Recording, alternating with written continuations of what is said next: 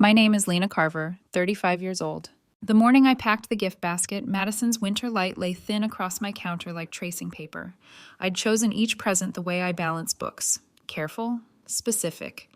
A leather-bound planner for Tessa, stamped with her initials because she says, paper photographs better than phone screenshots. A wool scarf for Mom in the green that flatters her skin. A vintage bottle candle for Dad that smells like cedar and tobacco and old libraries. The pecan pies cooled beside them, glossy as if they'd been lacquered, the sugar crust catching on the kitchen brightness. I smoothed the cellophane, set the ribbon just so, and felt that small lift in the chest that comes right before you do a good thing for people you love. The phone rang before the ribbon could hold its knot. Dad's name. I wiped my hands on a towel and answered. Hey, I'm just about to...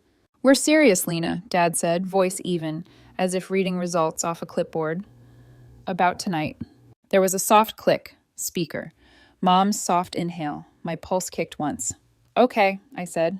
It's Tessa's night, Mom added. Wade's bringing associates, and her crowd, well, they're lively people. We're trying to keep the mood right. The mood, Dad repeated. I could see them in their living room. The staged greenery. The high-backed chairs Mom scrubs like pennants. The little tray of smoked almonds for guests. Your job, all the number talk, it doesn't fit the vibe we're going for. I looked at the pies. A sugared rind will dull if left in the fridge too long. It goes from celebration to storage. So you want me to skip my own family's Christmas party, I said, keeping my voice flat. A third voice slid in, honey-coating razor wire. Lena, hi, Tessa said, like we were on a live she needed to soften. You know I adore you, I totally do. It's just, tonight is about the aesthetic. Wade's friends are design forward, and you always go deep. Budgets, compliance, audits. So important, but not so festive. A breathy laugh. It's better for everyone. You wouldn't have fun. Dad let the silence sit there like a test. Mom filled it with a cluck. We'll do a quiet dinner with you next week, she said. Just us. I stared past the glass to the slushy street. A plow scraped by. The sound lifted the hairs on my arms. Sure, I said. I won't make it tonight. On the counter, the planner's gold initials flashed once, then were ordinary again. The ribbon slipped uselessly from my fingers. We said the goodbyes that sound like weather updates, and the call clicked off. My kitchen returned to its small noises. The fridge motor's hum, a pipe clatter from the apartment above, a neighbor's laugh down the hall. I set the phone beside the basket and pressed my thumb into the pie's cooling crust until it dented. The sugar flaked under my nail. If you ask me, pain rarely screams. It settles. It arranges itself in the room. It climbs into your chair and asks for coffee. What was new wasn't their choice. It was their certainty. They believed the world was improved by subtracting me. I slid the basket back toward me and began to unmake the bow. The ribbon came away with a whisper. I tucked the gifts into a drawer, aligned the edges so they'd sit obediently. When I reached for the planner, something else brushed my wrist. A manila folder, thick at the spine, labeled in my tidy block hand. Carver. Assists. The corner had a new crease. I, who file for a living, do not crease corners. That part of me, that never sits down fully, even when I do, looked at the folder the way a medic looks at a bruise. Measure first, then decide. I didn't open it, not yet. I slid it onto the desk where I could see it from the kitchen, the tab bright as a splinter in the winter light. The thing about families is how the first chapters set the font. Tessa's photos were always framed. Mine, when they existed at all, went under the mail. When I won the county math competition, Dad said, "Proud of you, Bean," and then turned to help Tessa pin her sash for the pep rally. When a storm clawed the shingles off the house 3 summers ago, I wrote a check and didn't mention the new laptop I waited on for 6 months. When their internet bill stacked late notices like playing cards, I set up auto-pay from my account because the fights it prevented were more expensive than $600. I'd never kept count. I'd kept receipts. I pulled open the refrigerator and slid the pies onto the second shelf, the cold light turning their surfaces plain and honest. The kitchen smelled like butter and nutmeg and the slight sting of disappointment.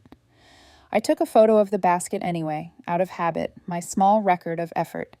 In the background of the shot, barely in focus, a photo frame tilted on my bookshelf. a community project kickoff 2 summers back, volunteers and matching shirts under a temporary canopy.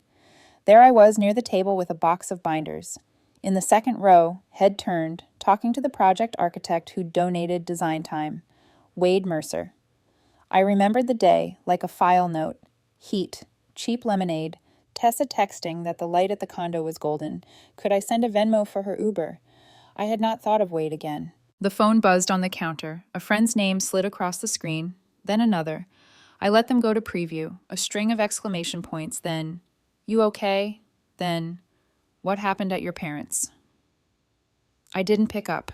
I poured water into a glass and drank until the ache in my chest gentled and settled and sat down. I don't know the moment a line becomes a boundary. Maybe when your own hand stops shaking.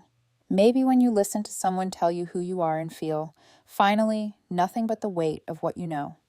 I stood there until the light thinned further and the apartment turned the color of paper that's been handled too much. I washed the pie tins, not because they were dirty, but because it filled the silence. Steam fogged the window and ran in beads onto the sill. At 8, the building quieted. At 10, the snow started again, dust on dust. Somewhere between, I moved the carver, assists folder to the edge of the desk and smoothed the tab. My finger traced the letters as if I could file the ache under them too. I texted Aunt Fern a photo of the pies and wrote, "Too much for one person. You free tomorrow?" She sent a heart and a knife and fork emoji, and always, kiddo. Past midnight, the phone skittered across the counter with the violence of its own vibration. A DM preview. "Lena, what the hell? Your name came up at the party and..." The rest cut off in ellipses like a held breath. I set the phone face down. The apartment breathed with me. The pies cooled. The folder waited. In the frame across the room, a stranger's face, Wade's, stayed half-turned, mid-sentence, caught inside a summer I hadn't known would matter. I turned off the kitchen light and let the room hold what it knew, that I hadn't gone, that I had been subtracted. That subtraction leaves a shape you can measure. Somewhere uptown, my family was arranging themselves in a better light. Somewhere in between, something had shifted when they said my name. I didn't sleep long. Before dawn, my phone vibrated like a trapped insect and danced toward the edge of the counter. A message blinked into the dark. "What exploded when they mentioned you? Have you seen Wade's post?" I watched the screen glow, felt the small click inside my chest, the place where a ledger totals tipped toward a number I didn't yet recognize. By the time the first text came through, "You're trending in Madison and didn't even go to the party." The sky outside my apartment was the same color as steel filings. I hadn't touched my phone since midnight, and now it was pulsing like it had a heartbeat of its own. I opened the messages one by one, bits of gossip, blurred photos, fragments of a night I wasn't at. Every line started the same. "They said your name and..." then devolved into guesswork and shock. I didn't need all the details to fill in the blanks. I'd grown up reading the subtext in my family's sentences. Still, I wanted to see. I opened Instagram. Tessa's account was a kaleidoscope of sequins and candlelight, captions about holiday synergy, collab energy, and gratitude. My mother's post was the same predictable tableau. The Carver condo, glowing in gold light, guests in coordinated neutrals, champagne coupes glinting like currency. Everything was perfect, until I reached the last carousel image. In the background, barely visible, Wade Mercer stood by the fireplace, not smiling. His hand gripped a glass, like it was something to hold on to. And my picture, one taken years ago, in a frame on the mantel, was turned slightly toward the camera. My own face, half-shadowed, mid-laugh, caught inside their curated perfection, like a ghost that didn't get the memo to stay gone. Later, Aunt Fern called. Her voice carried that tone people use when they know something terrible but are trying to make it sound digestible. "Lena, honey, I wasn't there," she said, "but a friend of mine was. She said your name came up during the toast." I could picture it. Dad lifting his glass, his voice performing pride. "To Tessa, our star. She makes everything shine." Then some brand rep or friend of a friend, tipsy with Prosecco, quipping, "Good thing your sister isn't here to bore us with tax codes." Laughter. Light. A ripple of approval. Fern hesitated.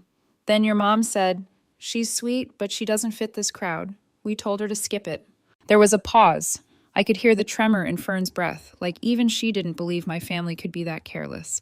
And that's when Wade spoke. I didn't hear Wade's words firsthand, but I heard enough versions to piece it together, each retelling sharpening the edges. He'd been standing near the fireplace, drink half raised, when he saw that photo of me, the same one from Tessa's birthday 5 years ago, where my glasses slipped down my nose and my smile looked a little too hopeful.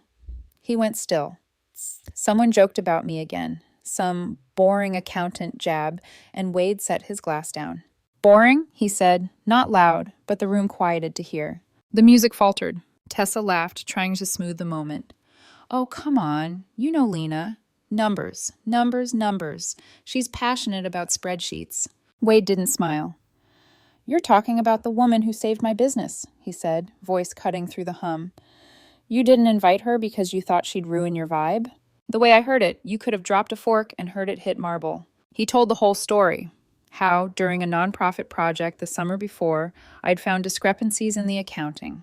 False invoices, ghost vendors, funds rerouted through shell companies. He'd been weeks from signing a deal that would have tied him to money laundering. He didn't know. I'd sent him an email at 2 a.m., flagged every suspicious line, and called the nonprofit's lawyer myself. It had taken me 2 sleepless weeks to unwind the mess. I never thought about it again. Until now. She's the reason I didn't end up in court, Wade said. And you call her boring? Someone tried to laugh it off. He didn't let them.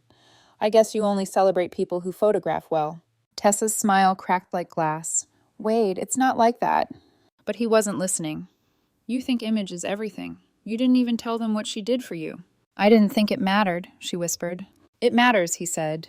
And so does character. He left the glass on the mantel beside that photo and walked out. The door closed, and for once, the party had nothing to post. By morning, his post hit Instagram. No names, but he didn't need them. Some people build their reputations by tearing down others. Last year, someone most of you will never know saved my life and career. She saw what I didn't. Integrity isn't glamorous, but it's everything. Tonight reminded me who's real and who's just performing. Wade Mercer. The comments section detonated. Who's he talking about? Wait, the sister? Is this about Tessa Carver's party? And then, that's cold. Imagine excluding someone like that. By noon, my phone was an alarm clock that never stopped ringing. Calls, texts, DMs, people tagging me, though I hadn't posted in weeks. Even a journalist I'd once done tax help for sent, if you ever want to talk, off record. I didn't answer any of them. I just sat at my kitchen table with a mug of coffee gone cold, staring at the glowing rectangle that now contained my family's unraveling. For years, I'd been invisible, the quiet correction under every loud mistake. Now, without lifting a finger, I was seen.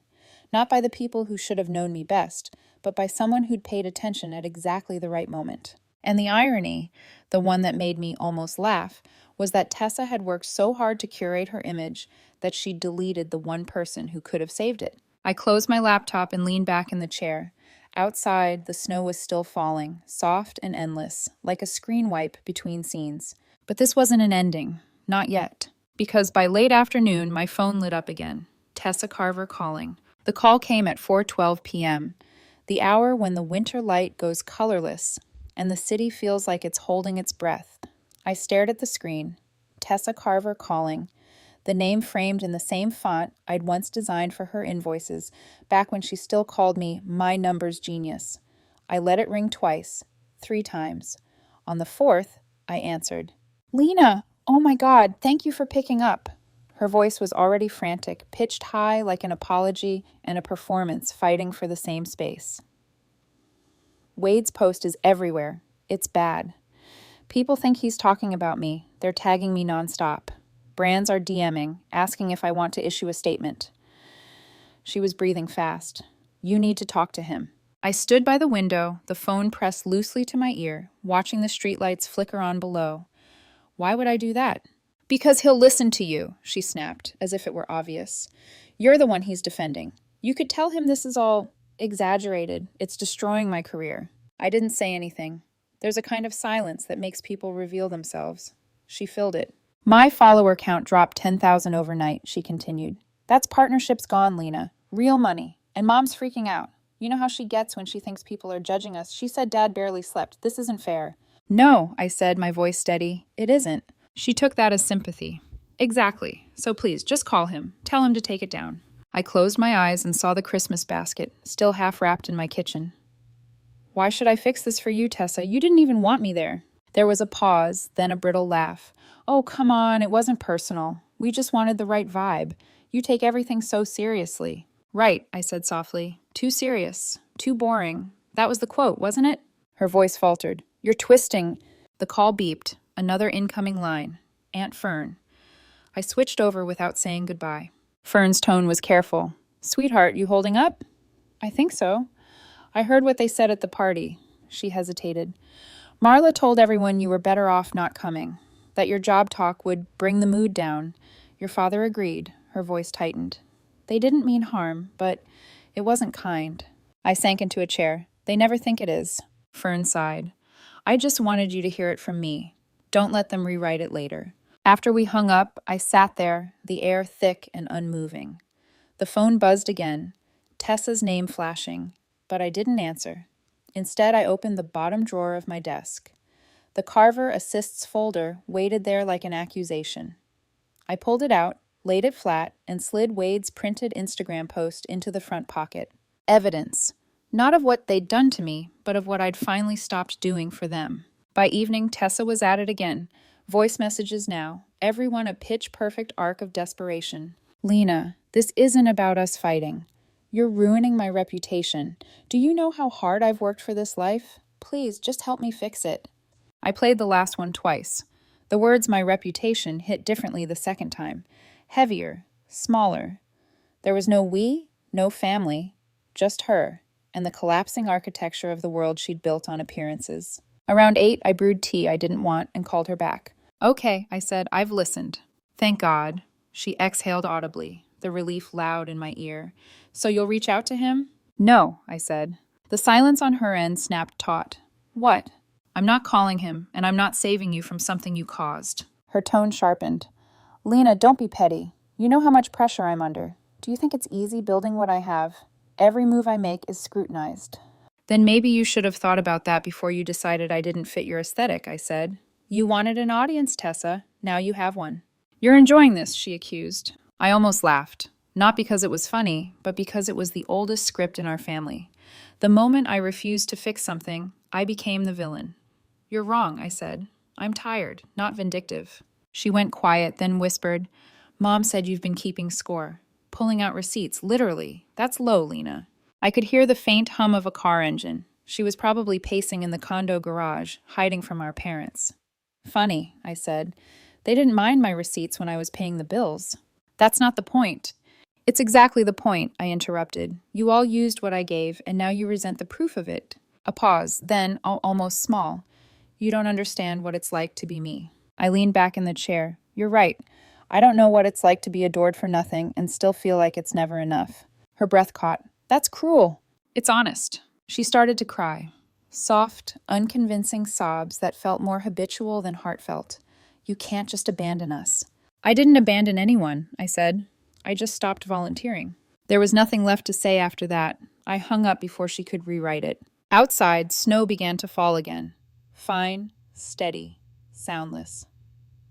I stood by the window and watched it accumulate on the dark street, layer over layer, erasing everything sharp. Behind me, the folder sat open on the desk.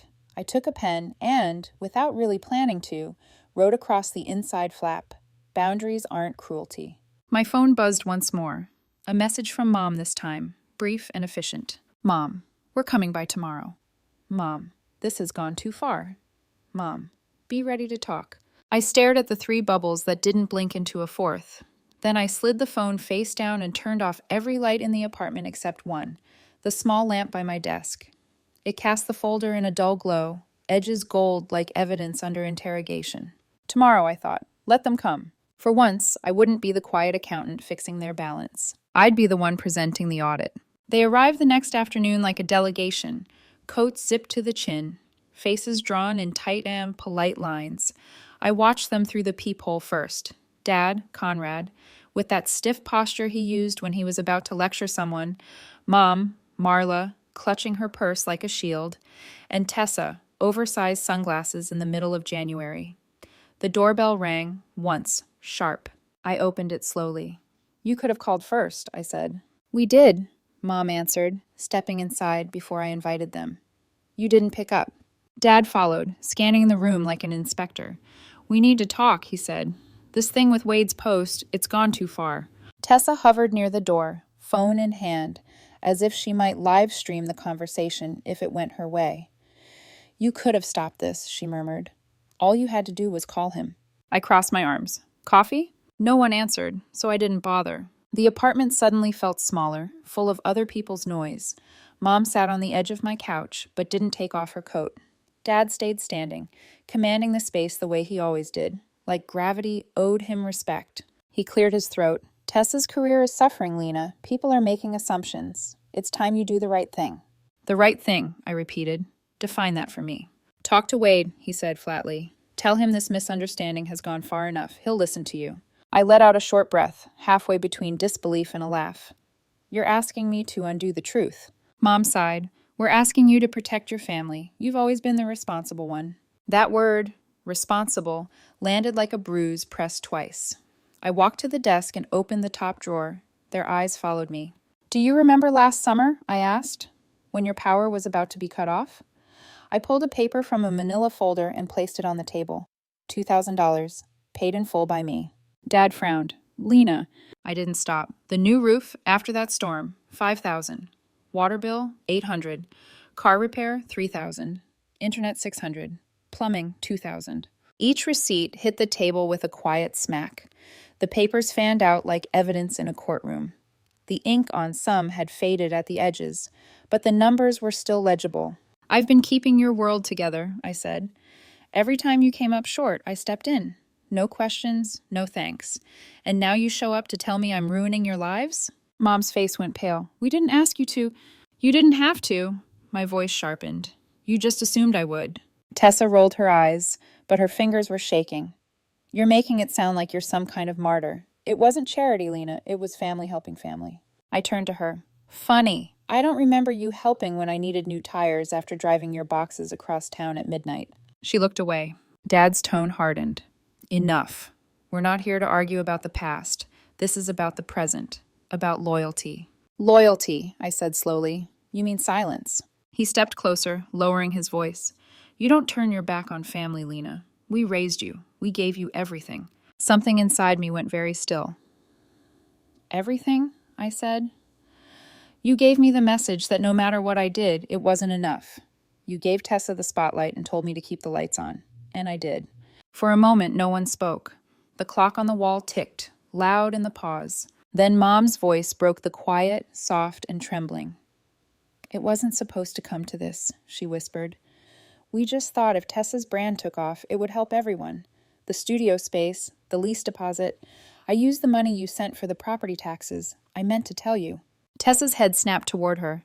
"Mom!" I blinked. "You used my money?" "It was for the family," Mom said quickly. "We thought it would lift all of us." I stared at her, the way her fingers twisted around her purse strap, the way she couldn't meet my eyes. It wasn't even the betrayal that hit hardest. It was how natural it came to her, like deception had become another domestic task. "You should leave," I said quietly. Dad stiffened. "We're not going anywhere until you agree to fix this." I gathered the receipts back into the folder one by one, smoothing each page. "You can't fix something by pretending it didn't happen. That's what got you here." Tessa stood up suddenly, voice cracking under the veneer. "You don't understand, Lena. This isn't just about me losing followers. My brand deals, my livelihood, they're pulling out. People think I'm heartless. You're letting them destroy me." Her words echoed in the room. I looked at her, and for the first time I saw the panic under the gloss, the way her hands twitched, her breathing uneven. She wasn't just furious, she was terrified.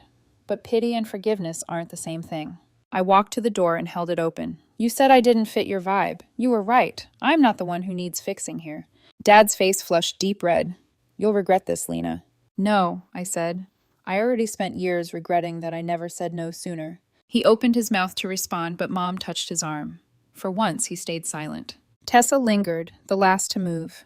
She looked at me, eyes rimmed red, mascara smudged, and said, barely audible, "You're being cruel." I shook my head. "No, Tessa, I'm being accurate." When the door closed behind them, the silence didn't feel empty, it felt earned. I set the folder back on my desk and sat for a long time, listening to my own breathing. For years, I'd been the quiet accountant who corrected mistakes after they'd been made. Now, I'd stopped balancing other people's books and started balancing my own. Outside, snow began to fall again, the kind that softens even the hardest outlines.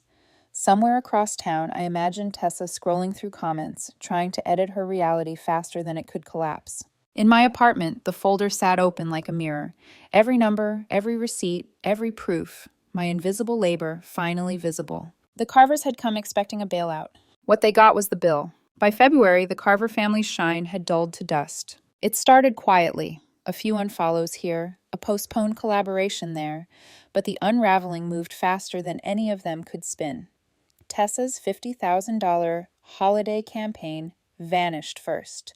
The brand issued a vague statement about reevaluating partnerships to align with integrity-based values. Another label paused her capsule line indefinitely. Then the interviews stopped. Her name, once printed in gold fonts on glossy slides, started showing up on forums in lowercase, under headlines that used to belong to other people's scandals. When I passed the boutique on Monroe Street that had once hosted her pop-ups, her posters were gone. In their place, a for lease sign curling at the corners. I didn't smile, I didn't gloat. I just noted it, the way you note a weather change before you put on your coat. Word traveled fast in Madison, smaller town than it pretends. A friend from college texted, "Your sister's renting out her studio equipment. Guess the influencer life got expensive." Another sent a link. My parents' house listed on a realty site. Charming 3-bedroom with mature maples and recent roof updates. I recognized the roof. I'd paid for it. Without my quiet deposits, their monthly costs rose like tidewater. Mortgage, car, utilities. By March, they'd sold at a loss, just enough to clear debts. They moved into a smaller rental on the east side, one of those beige duplexes near the Beltline. A neighbor of theirs, who used to send me Christmas cards, emailed by accident one day. Subject line, forwarding photos. Oops. Inside were snapshots of the move. Mom in a winter hat, carrying a lamp. Dad staring at a box marked Tessa, wardrobe. I stared at that picture longer than I meant to. Regret and relief are siblings that sometimes look the same. I didn't reply. My own days steadied. I still worked long hours, but the weight was different. Clean, self-chosen. I picked up 2 new nonprofit clients, both small, both chaotic, in the way people's dreams are before they're organized. Their gratitude felt strange at first, direct, undeserved, but it sank in slowly like warmth returning to numb fingers. One evening, after closing my laptop, I realized the apartment was silent. Not the brittle kind of silence that used to come after an argument, but a quiet that simply existed. It was mine. The Carver Assists folder sat on the shelf now, spine labeled in black ink. I hadn't touched it in weeks. Above it, a new binder, Shelter Rebuild Project. The local emergency shelter had asked me to fix their funding reports. I'd volunteered extra hours without even realizing I was doing it. For once, giving didn't feel like a demand. Some nights, the old reflex still tugged. That urge to check if they were okay, to see if Mom's blood pressure had spiked again, if Tessa's name had resurfaced in better headlines. But every time I reached for my phone, I stopped myself. They had chosen silence before I did. I was simply honoring it. Then, one morning in late March, a message slid into my inbox. From Wade Mercer. Subject, thank you. Just those 2 words, small and unassuming, until I opened it. Hi, Lena. I never got to thank you properly. You saved my business, probably my freedom. That post wasn't meant to expose anyone, but I couldn't keep quiet watching people treat you like a footnote. I'm sorry for what your family did. You deserve better than that kind of silence. Wade. I reread it 3 times.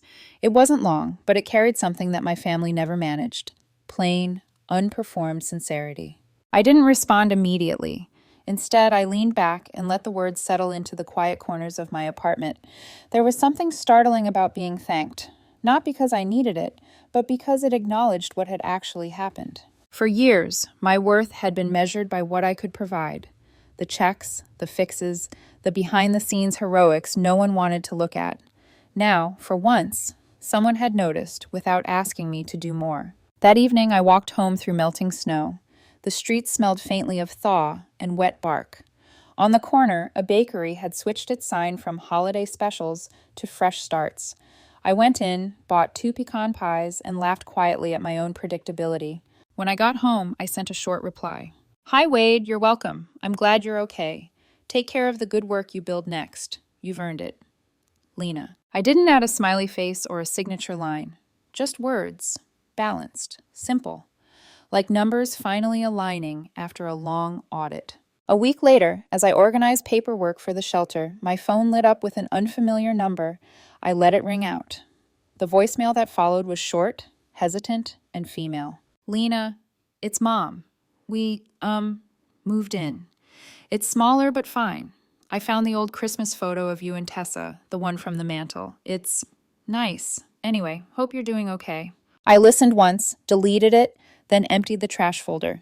The guilt that followed wasn't sharp. Just a faint ache, like pressing on scar tissue. I told myself what I knew to be true. Compassion doesn't require reunion. That night, I set one of the pecan pies on my windowsill to cool. The smell filled the apartment, buttery and rich, same as that Christmas morning months ago. Only now, no one could tell me the scent didn't fit their vibe. For the first time, I took a slice for myself first. The snow outside melted in streaks against the glass, and the city lights reflected like small, patient fires. I didn't check social media, didn't look for updates, didn't wait for anyone to call. The silence didn't feel like absence anymore. It felt like peace. Spring crept into Madison slow, almost apologetic. Soft rain on the roofs, street puddles catching bits of sky. The kind of quiet rebirth that happens when no one's watching. I noticed it in small ways first.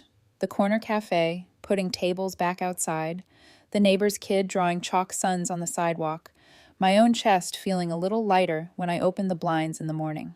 I'd learned to like the sound of nothing urgent. The phone didn't buzz anymore with, "Can you just want requests?" and I didn't wake up calculating how to solve someone else's emergency. My apartment, once cluttered with extra chairs for family visits, had space to breathe. One Sunday, I took the Carver Assists folder from the shelf. The cardboard was frayed at the edges, the ink smudged from old coffee stains. Inside were years of transactions that read like a biography. Receipts, bank transfers, utility statements, copies of checks I'd signed without blinking.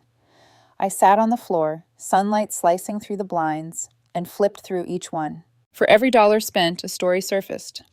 The $2,000 I wired at midnight because Dad said the power company made a mistake.